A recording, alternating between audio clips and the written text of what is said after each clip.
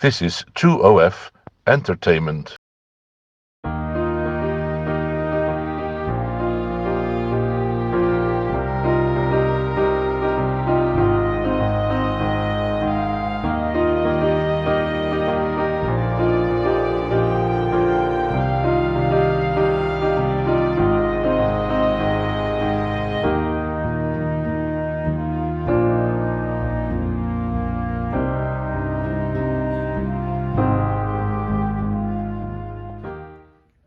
Hey guys, happy Friday. I am going out of my comfort zone to do a whiskey review. Typically I like to hide behind the cameras and I'm not a fan of taking photos and that sort of thing, but I think with this job it's forcing me or encouraging me to go out of my comfort zone. So here we go. Today I am reviewing our latest release, the cask number 2.138 called Bringing Back the Sun. This is a 16-year Speyside aged in a first fill Oloroso sherry cask. So as a general rule of thumb, Oloroso casks will typically give those dark chocolate, a leathery, tannin, fig, forest cake profile, or they can taste like blue cheese funk and everything in between. If you like something from distillery number 1 or 24 or 96, I think this may possibly be your cup of tea. So when I read labels of whiskeys and I haven't tried them yet, I try to make a deductive analysis of what it may look like before I drink.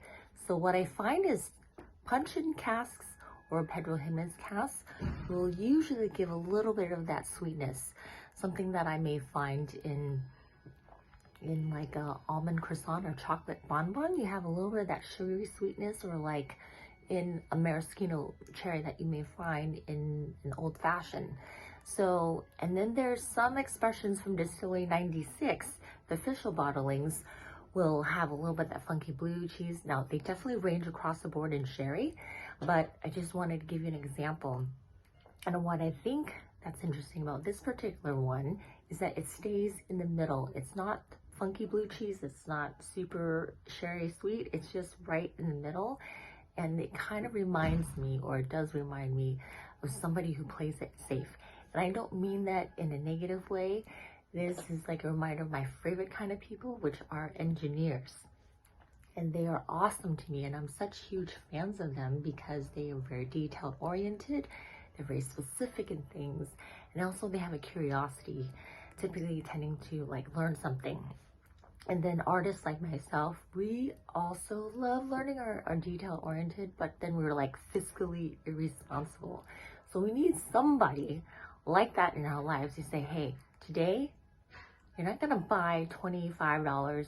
I guess that's cheap in today's term now. $350 on chocolate, you know, that's pretty irresponsible. So whereas like your engineer person will play it safe and is calculating in what he or she does. And I think that's really cool. So I know that a few months ago when I did a review with Scott, and bless his heart, because I think sometimes he has to put up with me and my weird, probably pretentious analogies of things, but I one time said one of these guys, which are like 20-year whiskeys that were like, I said, this is a man who's a fiscally responsible and has like a Roth IRA or Roth IRA. And the only IRA I know is Ira Glass from This American Life. So I'm really trying my hardest to keep up with most adults and trying, you know, to be more responsible, I guess, and less impulsive with my decision makings about money. So at any rate, this is a $200 bottle, just like the other ones I showed you. And it has that wonderful sherry profile that I think is great. It does have that balance and that sweetness, not overly dry, not overly sweet. And on the finish, there's a little bit of that condensed milk profile, and just that essence of it, I think that just kind of wraps it up really nicely. I'm gonna have it with a few drops of water just to see how it changes. Bloop, bloop. know this video probably sounds really low, looks really low budget, but you know, whatever. So with water, it gets a little bit drier. You get these peppery notes, so it kind of wakes up a little bit. Again, going back to your engineer, you're like, okay, here's David in the copy machine, and he's always got on his tie, and he looks really like, you know, nice and just super restoration hardware, not controversial or anything, very Tom Hanks. And then the spice comes out, because after, like, during happy hour on a Friday night, you're like, David, you go motorbiking on the weekends and you know jiu-jitsu? Hot. So there you have it. That's my review, and I'll catch you later.